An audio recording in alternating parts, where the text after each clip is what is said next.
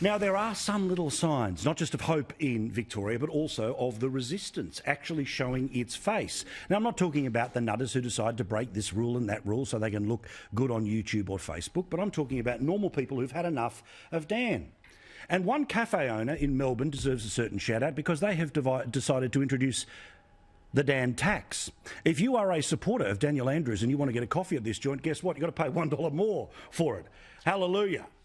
Now, as you know, when we have a look at the cases in Victoria, it is basically done and Victoria should be reopening. It definitely should be reopening in time for the grand final. But still, despite the fact that millions of people cannot leave their homes, you are, of course, aware that even though there will be a public holiday on Friday, what, hairdressers are only having a 4-day week this week after 4 months off?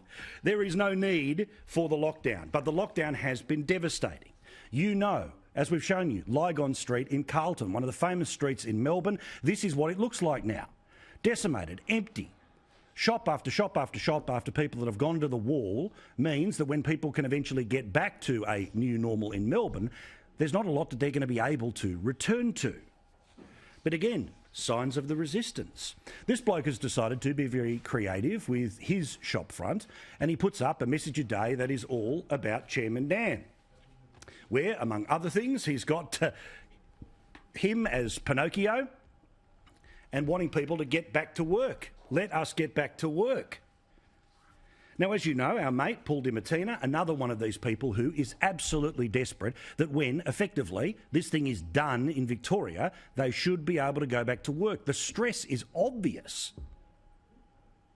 It was a bloody nightclub at Coles. You can go to Coles and touch every bloody mushroom, tomato, onion. You can't go to a pub or a restaurant or a cafe. Turn it up. Enough's enough.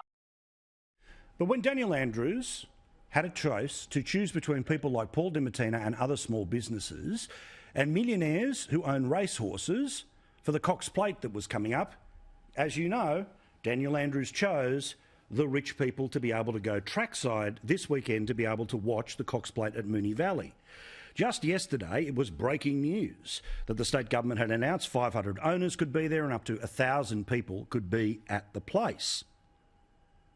Now, this does remind me of another situation.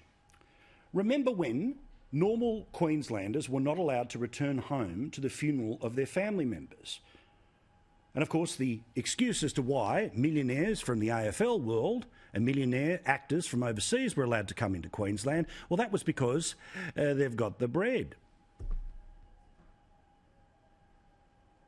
I've given exemptions for people in entertainment and film because that's bringing a lot of money into this state.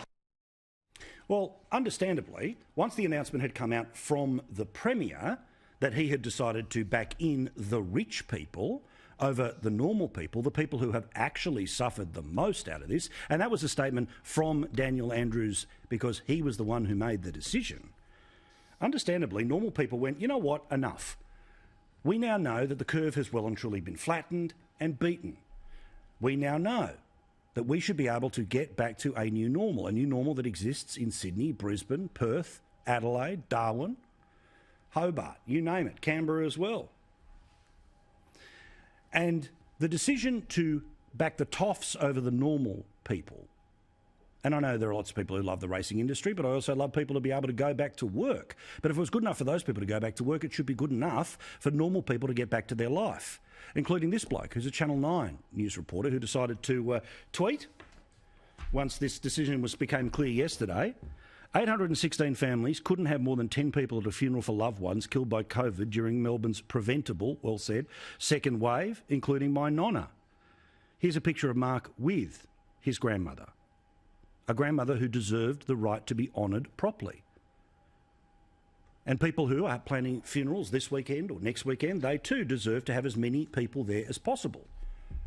So if the logic was that when it comes to protesting, the cloak of woke is able to kill off COVID, apparently the cloak of cash can kill off COVID as well.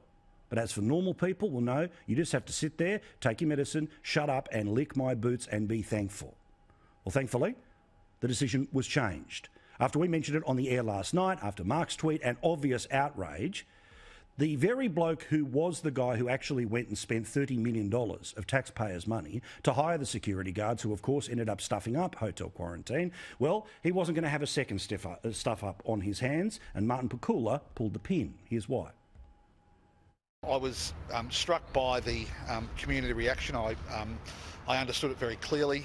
It was a mistake to have initially made that decision, and I think it was the right decision to reverse it and to do that last night and to apologise, which I've done. You know, regrettably, you know, in public life, occasionally you make a wrong call. Yeah, like you did about hotel quarantine, but that's a whole issue we'll get to a little bit later, as always. But the bloke who actually made the decision, the guy who made the captain's call, was Daniel Andrews. And Daniel Andrews explained today why 1,000 people at a racetrack was apparently safer than 10 people at a funeral. This went through a normal process.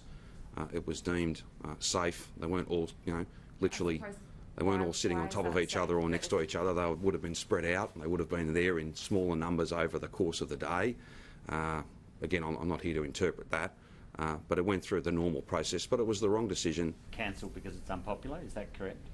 Yes, and it was cancelled because clearly it didn't meet the expectations of the Victorian community. Oh, hang on, whoa. If it's unpopular is a reason to cancel things, Premier, I'm happy to provide you the list.